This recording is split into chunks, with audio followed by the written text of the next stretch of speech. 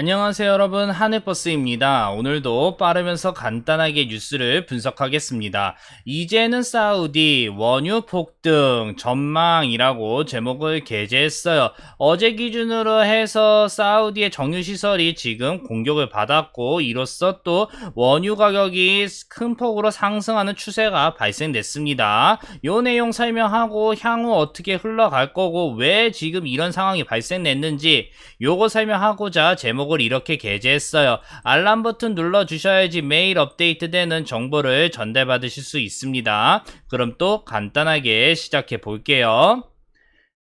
어제 기준으로 사우디아라비아의 원유 시설 두 곳이 지금 드론의 공격을 받아서 지금 크라이스 유전이나 뭐 이 타랑 정제 시설이 공격을 받아서 위성 사진으로 이런 상황이 발생됐다라는 걸 우리가 언론을 통해서 확인할 수 있습니다. 또 지금 이번 공격으로 통해서 사우디의 일일 평균 산유량이 980만 배럴이었는데 반토막이 나가지고 산유장 차질 규모가 570만 배럴이다 라는 것까지 말이에요.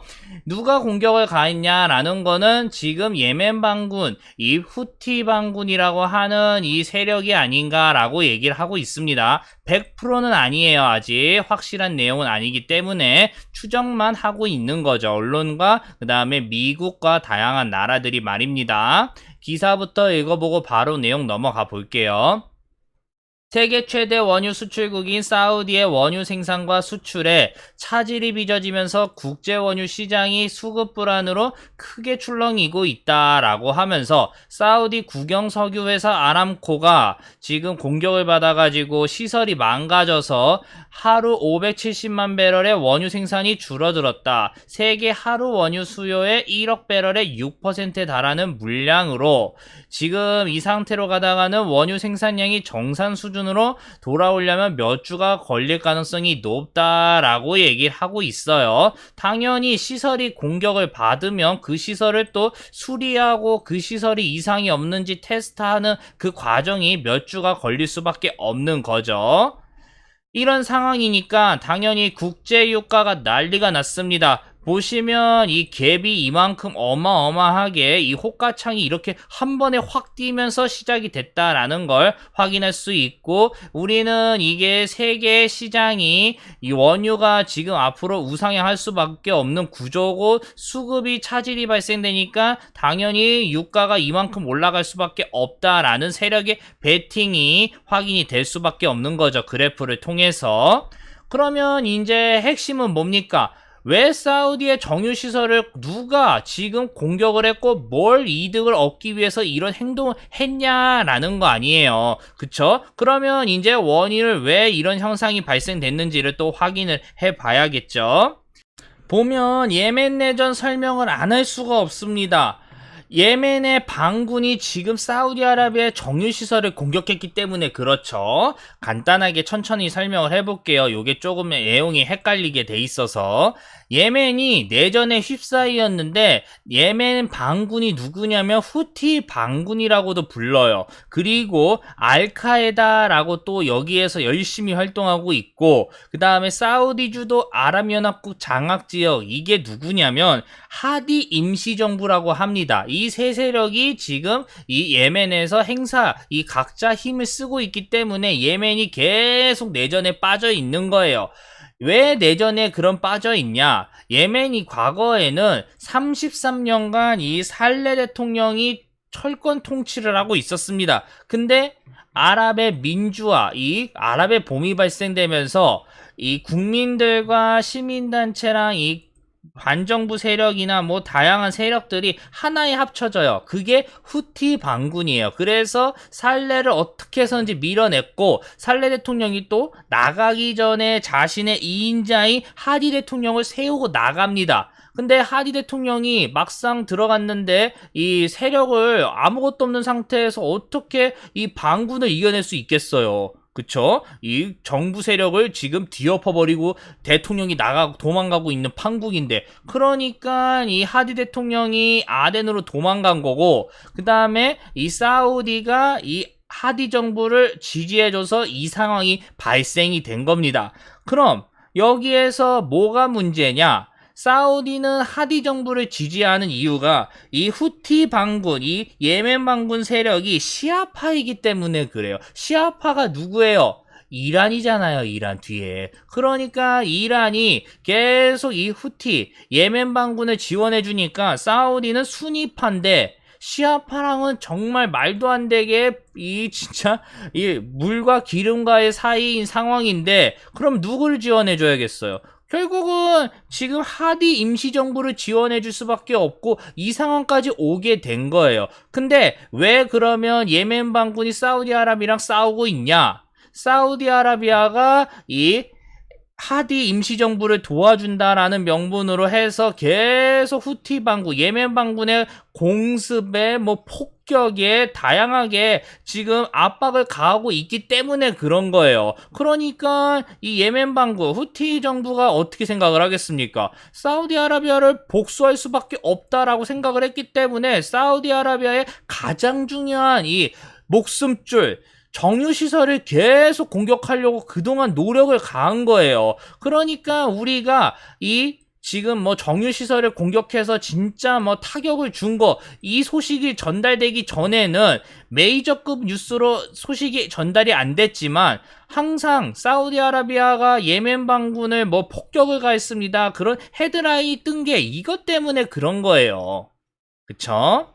이런 상황에서 음모론이 조금 있습니다. 무슨 음모론이냐? 후티 반군, 예멘 반군이 군사적 역량이 과연 1000km 떨어진 이 사우디아라비아의 정유시설을 또 정밀 타격할 수 있는 그런 역량이 되냐라는 이야기가 나오고 있기 때문에 이게 예멘 반군이 사우디아라비아를 공격한 게 아니라 사실 누가 조작국으로 원유 가격 상승을 위해서 한 거 아니냐라는 이야기가 조금씩 나오고 있는 거예요. 근데 예멘 반군이 지금 이게 여기 보이시죠? 오른쪽에 순항미사일도 공개한 적이 있고 또 사우디의 정유시설 주변에 지금 흔적들, 이 순항미사일의 흔적들이 예멘 반군 이 순항미사일과 비슷하다라는 이야기들이 나오고 있기 때문에 음모론은 또 음모론일 수도 있고 과연 누가 지금 정밀 타격을 한 건지라는 건 100% 정확하게 아직 안 나왔습니다. 어쨌든 이런 상황에서 중동에 이런 사건들이 발생될 때 또 패권이 좌지우지 되려고 할 때 석유 가격이 올라가려고 할 때 우리는 어느 나라를 쳐다봅니까? 미국을 쳐다봐요. 왜? 현대사회에서 가장 중요한 석유의 가격 결정권을 미국이 갖고 있기 때문에 그렇습니다. 석유를 뭘로 산다고 했죠? 달러로 산다라고 얘기를 했죠. 미국이 중동에서 이란을 빼고 나머지 국가들의 직간접적인 영향력을 행사하고 있기 때문에 그런 거예요. 그러니까 석유 가격을 미국이 결정하는데 지금 석유 가격이 다시 한번 사우디의 정유시설 공격으로 인해서 올라가려고 하니까 전 세계의 이 언론과 이 시선들이 사우디도 쳐다보지만 미국을 쳐다보는 거는 중동의 노선을 또 한 번 결정하는 거는 결국은 미국이기 때문에 그런 거예요. 그러니까 미 트럼프 대통령이 바로 유가 안정을 취하려는 움직임을 보인 겁니다. 유가가 올라가면 미국이 지금까지 만들어놨던 시스템들이 균열이 발생될 가능성이 높기 때문에 세계 최강국 그리고 세계 질서를 좌지우지하는 미국의 패러다임에 위협이 되기 때문에 유가 안정은 어쩔 수 없이 계속 추진하고 앞으로도 이거를 신경 쓸 수밖에 없다라고 예전에도 말씀을 드렸습니다. 어쨌든 트럼프 대통령이 처음으로 꺼낸 정책은 전략 비축료를 꺼내 들었어요. 내가 미국이 갖고 있는 이 전략 비축료를 조금이라도 시장에 풀어서 원유 가격을 안정화시키겠다라는 퍼포먼스 시그널을 시장에 던져준 거예요. 미국이 향후에도 원유 가격의 이 폭등을 방관하지 않겠다라는 거를 보여준 거죠. 그러니까 시장에서는 미국의 전략 비축유까지 꺼내들어? 그러면 미국이 향후 또 셰일가스나 다른 중동의 이 오펙 나라들의 석유의 증산을 또 한번 촉진할 수가 있어서 원유 가격이 안정화될 수 있겠구나라고 생각을 할 수 있다라는 거예요. 또 첫 번째 이 전략 비축유만 꺼낸 게 아닙니다. 엄포도 났어요. 왜? 지금 미국의 이 패러다임에서 가장 중요하다라는 게 뭡니까? 이득에서. 원유 가격의 안정화예요. 아까 말씀드렸다시피 원유 가격이 미친 듯이 상승해서 뭐 1배럴에 200달러, 300달러가 되면 미국의 기축통화 시스템과 세계 질서 시스템이 위협받을 수밖에 없기 때문에 결코 이거는 용납이 안 되는데 지금 어떤 나라, 후틴, 이 예멘의 후티 반군이라고 하죠. 이 반군이 지금 이 미국의 시스템, 이 세계 질서 시스템에 위협을 가했기 때문에 향후에도 이런 게 더 이상 발생되면 안 된다라는 퍼포먼스, 시그널을 세계에 전달해 줘야 되기 때문에 엄포를 가한 거예요. 한번 기사 읽어볼게요. 미 트럼프 대통령이 사우디아라비아 국영 석유회사인 아람코 주요 석유 시설과 유전이 지금 드론 공격에 받은 것에 대해서 미국이 군사 공격에 감행할 준비가 됐다라고 얘기를 한 게 이것 때문에 그런 거예요. 향후에도 원유 가격의 안정화에 누군가 위협을 가하면 미국이 군사적인 위협, 이 군사적인 공격을 감행할 수 있다라는 시그널을 던져준 겁니다. 근데 우리는 알고 있죠. 뭘 알고 있냐? 미국이 군사 공격을 쉽게 꺼내들 수는 없다라는 걸요. 왜? 미국의 몇 개월 전 모습을 보면 우리가 그걸 눈치챌 수가 있죠.